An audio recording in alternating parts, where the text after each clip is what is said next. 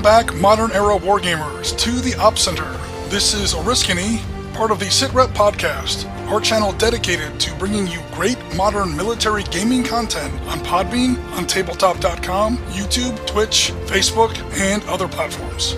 If you like what you see here, please consider supporting the SITREP with a subscription, a like, a follow, or a comment. You can also support us on Patreon or check out our great merchandise at Zazzle.com. So, the Op Center puts something of a wargamer's eye on modern-era historical conflicts. I try to provide some historical background, help with potential research, and suggest some game systems that might work well for the conflict in hand. Ultimately, the hope is to inspire wargamers out there to try featuring some of these conflicts on their own tables. Our last episode cracked open the 1982 Falklands War, looking at the conflict's background and immediate causes. We saw the Argentinian invasion and occupation of these British possessions, and took a look at Britain's opening moves to take them back. Now it's time to really get down to the wargaming table and see how the Falklands War unfolded, both in 1982 and also on our tabletops. So let's set up the chessboard here. Just in case you missed the last episode, the Falklands are an archipelago of small, remote islands deep in the South Atlantic, just 1,000 miles or so north of the Antarctic Circle. Although administered by Britain for centuries, Argentina had also maintained a long-standing claim on these islands. In April 1982, Argentina finally grabbed the Falklands by force, along with the South Georgia Islands. Britain, needless to say, responded at once. By the end of the first week of April, a naval task force had set sail across 12,000 kilometers of the Atlantic, carrying air and ground forces tasked with the recapture of these islands. While the fleet made this epic and hastily prepared voyage, peace efforts strove frantically for some kind of diplomatic solution. But as the British approached the Falklands, the Argentinians doubled down, reinforcing their troops on Las Islas Malvinas, as they call the Falklands, and putting their own navy to sea as well. The British, for their part, declared a 200-mile exclusion zone around the Falklands, vowing to attack any Argentinian ship or aircraft in that radius. They also mounted a fast counter-invasion of the South Georgia Islands, quickly overcoming the small Argentinian garrison there and reclaiming these islands for Great Britain. So obviously there has been some fighting so far, of course in the Argentinian attack on the Falklands and South Georgia, and in the British subsequent retaking of South Georgia. But we didn't really wargame our way through any of these conflicts in part 1 of our series, because these fights are extremely small, very fast, and comically one-sided. As the British drew near their 200-mile exclusion zone, however, the stage was set for some very serious wargame-worthy action in the air, at sea, and on the ground. As the British drew closer to the Falklands in the beginning of May 1982, the task force commander, Rear Admiral Sir John Sandy Woodward, knew he'd be facing a multi-layered, multifaceted Argentinian defense. A central element to this defense would be Argentinian combat aircraft based on the Falkland Islands themselves, specifically at the Port Stanley Airport. Thus, a daring raid was conceived to knock this staging point out of the war straight away. A handful of British Vulcan bombers, originally built to deploy nuclear weapons to the Western Soviet Union, were hastily prepared to drop conventional bombs on the Port Stanley Airport. The odds against this mission, however, were very steep. These Vulcan bombers were incredibly old. The last squadrons, in fact, were scheduled to be disbanded in just a few months when the Falklands crisis arose. Severe budget cuts had further slashed their combat readiness. The crews weren't trained for this kind of precision bombing, and I'm not kidding here, parts had to be improvised on the spot just to get these old planes airworthy once again. Besides all this, just getting the planes to the Falklands would be a challenge all its own. The distances involved here are truly epic, and even the long-range Vulcans would have to be refueled 7 times in flight. So long was the strike, in fact, that the tanker planes themselves would need tankers to refuel them. And those tankers would need tankers to refuel them. In the end, 15 refueling planes would be needed to get just one Vulcan over the target for a crucial few seconds. The mission kicked off on April 30th, 1982 from Ascension Island. The primary Vulcan bomber developed mechanical problems along the way, so the reserve plane had to carry out the raid. Arriving over the target at 0300 hours local time on May 1st, Falcon number XM607 released 21 1,000-pound bombs, one of which hit and cratered the runway. But one was enough, at least for now. All the Argentinians could use that runway for propeller-driven planes like C-130 Hercules transport planes and Pucar counterinsurgency strike aircraft. Any jet aircraft would have to be based off the Argentinian mainland, operating at the very limit of their effective range over the Falklands. There would be 7 Black Buck missions in all, and although they weren't all successful, they did make a huge contribution in keeping the numerically superior Argentinian aircraft at an arm's distance as the British task force made their final approach. Other operations were also mounted to reduce Argentinian aircraft basing capacity on the Falkland Islands, like the SAS and SBS, that's Special Air Service and Special Boat Service, Special Forces raids on the airfield at Pebble Island. We'll cover this a little bit more detail in part 3 of our series, where we will deal with ground operations. As fascinating as the Black Buck missions are, I don't really know if they'd make good war game scenarios. There would literally be one Argentinian anti-aircraft role, one British bombing role, and maybe some damage resolution. But again, I don't really know if this makes a good war game scenario. That changes for us though as the British task force crosses into the exclusion zone, the de facto war zone designated for the conflict. As early as May 1st, Argentinian flights of Mirage 3 EA and Dagger fighter bombers started probing the British task force. These opening dogfights are probably the first real war game material in the Falklands War, which we have been recreating using the Air War C-21 gaming system by Wessex Games. Air War C-21 is usually played with 1 to 300 or 1 to 600 miniatures, that's either 6mm or 3mm, on a 6-foot by 3-foot table. Now scenario types might vary, but players typically have somewhere between 2 and 6 aircraft in either a high-speed dogfight, an interception, a strike run, or other mission profile. Originally written for very modern aircraft, a data annex was later published to allow jet battles as far back as Korea in the 1950s, and a scenario pack was also released specifically for the Falkland Islands conflict. The game is pretty fast, and yet maintains a solid level of detail, tactical realism, and technological nuance, which is really important in battles like the Falklands, where we see such an asymmetric balance between numbers and technology.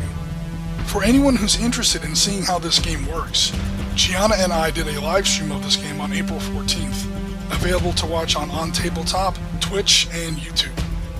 We recreated one of these opening clashes, where 3 of my Argentinian Mirage 3 EA fighter bombers fought it out against 2 of her FRS-1 Sea Harriers of the Royal Navy, launched from HMS Hermes.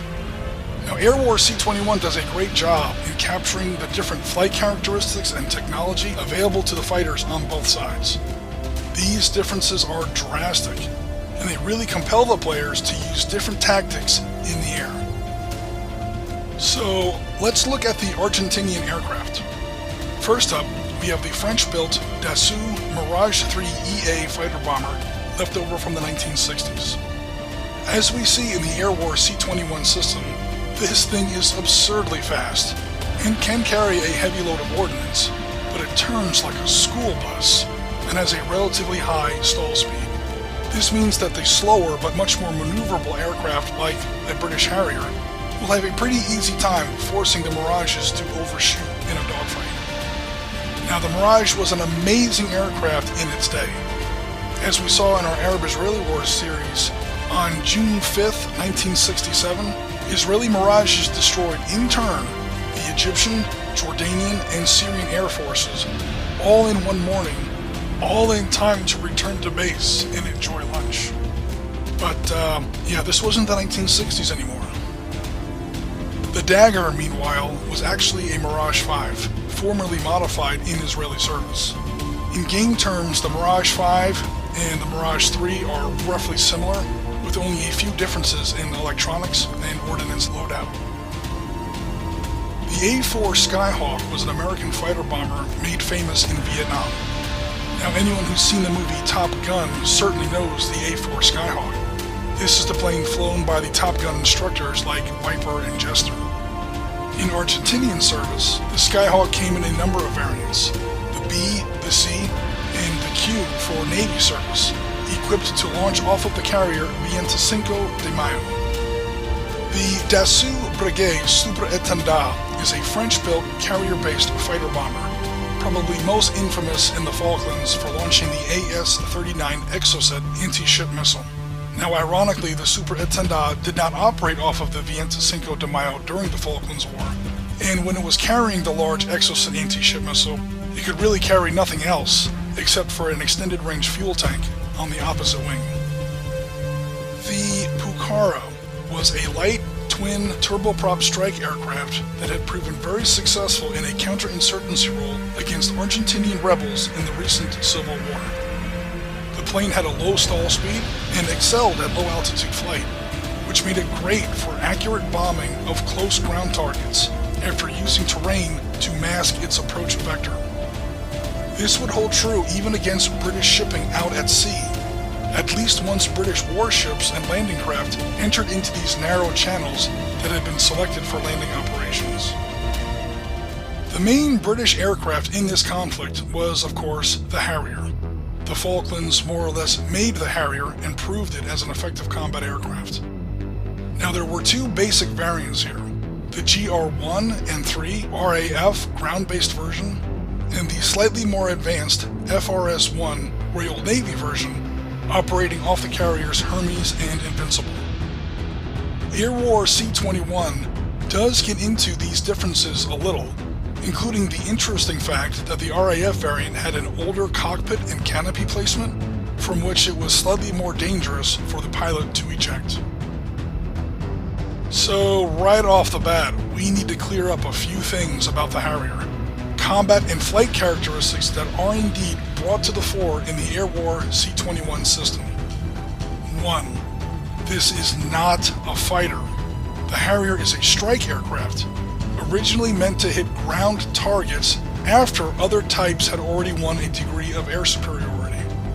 This is important because here in the Falklands, the Harrier would have to operate as a fighter, hitting Argentinian ground targets, but only after it had first won control of the skies. 2. The Harriers of this war could not float like a helicopter, or take off straight up and down, at least not with an actual combat load. A Harrier can do this only when stripped down to her birthday suit, so to speak, devoid of any ground ordnance, missiles, external fuel tanks, external gun pods, ECM pods, or air-to-air missiles. But if she's carrying anything more than paint and pilot, so to speak, these Harriers do need at least a little bit of a runway and the ski jump style bows that we see on carriers Hermes and Invincible. Not only do these restrictions impact what missile and bomb loads these planes are able to carry in Air War C-21, but also the maneuvers that they can attempt during the game's movement phase.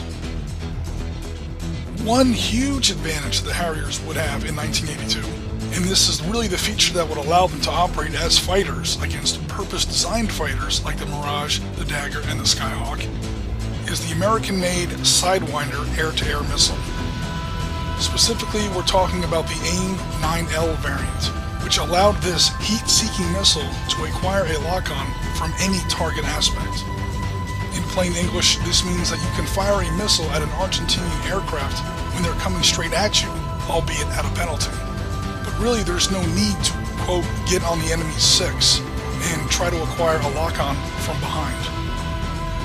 Argentinian aircraft, meanwhile, were still using the French R-550 Magic short-range missile and R-530 Mistra medium-range missile. Now, the Magic was an infrared homing missile much like the Sidewinder, but it could only lock on from behind the target. This meant that British pilots would always get the first shot as opposing flights close toward one another, and the deadly accuracy of the Sidewinder meant that Mirages and Daggers were always mauled by Harriers before the battle even closed to anything like a proper dogfight range. And even if the slow-turning Mirages and Daggers could get behind the Harrier and loose a Magic or a Mistra missile, those Harriers carried chaff and flares, while the Argentinian aircraft did not. The Americans basically emptied the warehouses of the AIM-9L, sending virtually the entire NATO stock down to the Falklands to help the British. The Sidewinder really was the silver bullet that allowed the British to win close to a 10-to-1 aircraft kill ratio in the Falklands War, with no Harriers being lost in air-to-air combat. Harrier losses, as few as they were due to ground fire, weather, or accidents. One advantage that the British actually did not have was better pilots. Remember, Argentina had been fighting a civil war, which often saw Argentinian Air Force and Navy planes in the ground support role. Put more simply, Argentinian pilots actually had a degree of combat experience, while the British, by and large, did not. However, the Argentinians were not trained to bomb ships, and often dropped their loads so low that although they scored many hits on British shipping, very often the bombs did not explode. These advantages are all made very clear in the scenarios in Air War C-21's Falklands Supplement. As the Argentinian player, you are going to lose more aircraft, but of course the scenarios give you many more to lose to begin with. Also, the victory conditions are heavily weighted in Argentina's favor, with the British almost always losing the game if even a single Harrier is shot down. This actually makes sense, as remember, no Harriers were historically lost in air-to-air combat. So as the player, if you lose a Harrier to an Argentinian fighter, you've already done worse than the historical record. Of course, the aircraft of the Falklands War didn't just fight each other. Now I'm going to get into the naval operations of this conflict in Part 3 of this series, and the ground operations in Part 4, but suffice it to say that the Argentinians were very keen about putting bombs or exocet anti-ship missiles into British shipping, and the British, for their part, were very keen about keeping Argentinian airfields on the Falklands bombed out of commission. Then they switched to Argentinian troop concentrations and artillery positions later in the conflict.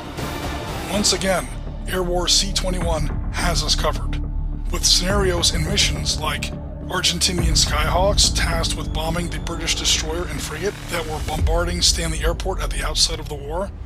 We have one where British GR-1 and 3 Harriers are also sent to bomb Stanley Airport in another scenario, making sure that this runway is not repaired after the Black Bug missions described before. Another fun scenario sees Argentinians flying a C-130 Hercules transport. Escorted by Mirage 3s, the Hercules is intercepted by British Harriers. British destroyers, frigates, and troop transports are also attacked repeatedly by Argentinian aircraft during the key landings at San Carlos and Fitzroy. I'll go into these actions in much more detail in the naval operations part of this series, but we've been playing through several scenarios that depicts not only the Harriers trying to defend these ships, but also the anti-air defenses and surface-to-air missiles on these warships themselves. These are weapons like the Seawolf short-range SAM, the Sea Dart medium-range SAM, and the older Seacat system. The Falklands Supplement has special rules for all these weapon systems, as well as the unreliability of Argentinian bombs, which again were often dropped at altitudes too low for the fuses to arm themselves.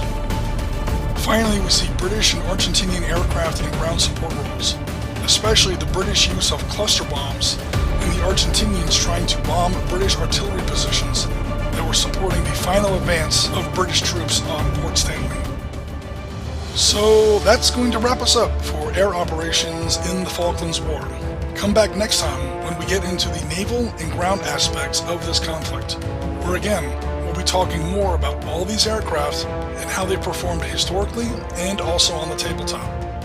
We're going to keep talking about all these aircraft, of course, because the Falklands is a tough war to evenly split into air, sea, and land segments, because operations here were so closely integrated. For today's Q&A, Templar 007 from On Tabletop adds, I remember talking in government class about how America's hands were tied, for the most part, in the little-remembered Monroe Doctrine that technically said that the United States must side with Argentina and not with our long-standing allies in the United Kingdom. Okay, this is a tricky one. America's involvement in the Falklands War, or lack thereof, can be addressed in two basic points. One, the Americans really did support the British. They leased their base on Ascension Island for British use, without which the deployment from the UK all the way to the Falklands just could not have happened. Also, we've discussed the large numbers of Sidewinders sent to help the British. Without those Sidewinders, folks, there's just no way 20 or 30 Harriers win the skies from 250 plus Argentinian combat aircraft. All that said, the Americans really could not jump headfirst with carrier battle groups and brigades of U.S. Marines. American foreign policy in South and Central America has always made relations here a little tense. Also, this is the early 1980s, and the Soviets are making big inroads through Central America in places like Guatemala, El Salvador, and Nicaragua.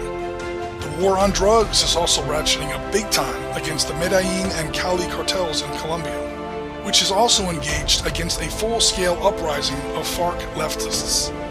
So if Colombia goes communist, or falls apart completely in a three-way civil war, man, that's bad news, guys, because this is right next door to the Panama Canal, the American Suez, for lack of a better phrase. In summary, America in the 1980s is facing a number of very tricky situations in South and Central America, and through the rest of this decade, they're going to need all the friends they can get. So the Reagan administration had to appear a lot more impartial than they probably really were. But that definitely brings up a great point, and thanks very much for the great comment. Come back next time for part 3 of our Falklands War series, where we take a look at the naval operations that unfolded around the Falklands through May and June 1982.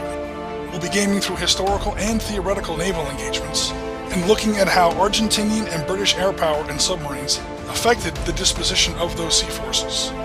Through the use of the Naval Command System by Rory Crabb, we'll review the importance of electronics, the use of helicopters, anti-ship missiles, and naval coordination with air and ground forces in a truly combined arms operation, whether you're trying to retake or defend islands like the Falklands. So that's going to wrap us up for today, everyone. Once again, please consider supporting the SITREP channel with a like, a comment, follow, Patreon donation, or purchasing our merchandise at Zazzle.com. For now, this is Oriskany, and once again, Tango Mike for listening.